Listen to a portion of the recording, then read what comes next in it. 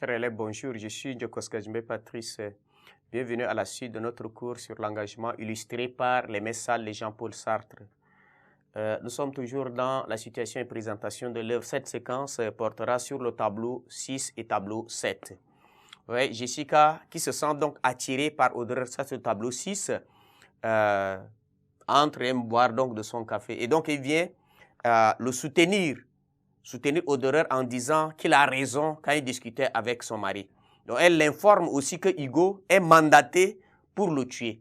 Donc après le départ de Jessica, Hugo entre visiblement mal à l'aise, tourmenté par son futur crime. Oderer le fait asseoir et surveille donc ses moindres gestes.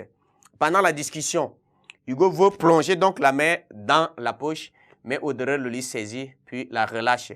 Oderer se lève, il va se lever, tourner le dos à Hugo, aller verser du café dans la tasse. Mais Hugo hésite toujours à tirer sur lui. Alors il va venir mettre la main dans la poche de Hugo et il va donc ressortir le revolver. Oderer va ordonner à Hugo d'aller se reposer s'il se sent fatigué. Voilà. Et lorsque Hugo s'est retiré, Oderer donne l'ordre à ses gardes-corps de le laisser venir quand il voudra. Voilà, c'est ça. Et Hugo est parti. Jessica réapparaît et propose à Oderer de l'embrasser. Oderer refuse d'abord, puis finit par embrasser Jessica en disant que depuis 6 mois, il n'a pas touché à une femme. Au même moment, Hugo ouvre la porte et entre, voit la scène d'amour.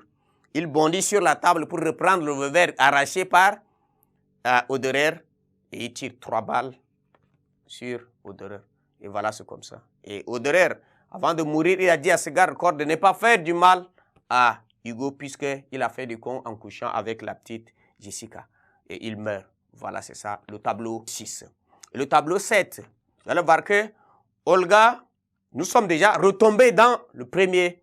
Nous sommes partis à la suite du premier tableau. Vous voyez ça? Olga soumet Hugo donc à une interrogatoire pour avoir les raisons exactes de son crime. Est-ce par jalousie ou par des raisons politiques qu'il a tué? Pour des raisons politiques qu'il a tué Oderer. Et Hugo répond qu'il ne sait pas exactement pourquoi il a tué son patron, qu'il aimait pourtant bien. Et donc il regrette la disparition. Il dit, je ne sais pas pourquoi je l'ai tué. Hein? C'est ce qu'il va dire. Je l'ai tué parce que j'ai ouvert la porte. C'est tout ce que je sais. Si je n'avais pas ouvert cette porte, voilà, c'est comme ça qu'il va dire. Et cette réponse-là laisse imaginer que ce n'est pas Hugo qui a tué, mais c'est le hasard qui a agi. Le hasard a tiré 3 coups de feu. Avec hasard, tu peux commencer les 6, c'est ce que Hugo va dire. Si j'étais resté un peu plus longtemps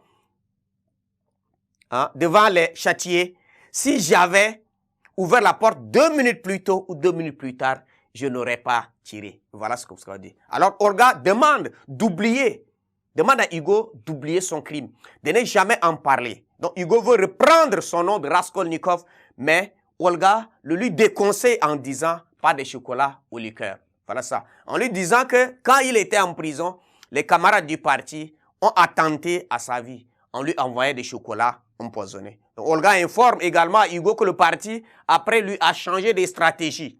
Il applique en ce moment la politique prônée par Oderer autrefois. Seuls nos membres ont mauvaise conscience. La mémoire d'Oderer est donc réhabilitée. Voilà, c'est comme ça qu'il va donc expliquer. Et alors, Hugo va les traiter tous de pareil. Hein? Il reconnaît aussi sa naïveté et déclarerait « Il n'y a que moi qui me suis trompé de porte ». Et après réflexion, il estime récupérable dans le parti, mais en changeant de nom. Il s'appellera Julien Sorel, ou Rastiak, ou Michikin, et travaillera intimement dans le parti avec la clique de Olga. Et maintenant, le parti a fait de Oderer un grand homme. Il ne veut pas nuire à son acte, de peur que le cadavre de Oderer ne soit à lui d'anonyme, un déchet du parti. C'est pourquoi il revendique donc son crime devant tous et réclame son nom de Raskolnikov. Il va dire, un type comme Oderer ne meurt pas par hasard. Il meurt pour ses idées, pour sa politique. Il est responsable de sa mort. Et ce faisant, il dit à Olga qu'il n'a pas encore tué Oderer. Et c'est à présent qu'il va le tuer et lui avec. C'est ainsi que ceux qui sont chargés de le tuer arrivent chez Olga. Il leur ouvre lui-même la porte avec un coup de pied en criant non récupérable. C'est ainsi que Hugo est mort. Donc voilà, c'est là la fin du tableau 7. Merci de votre attention.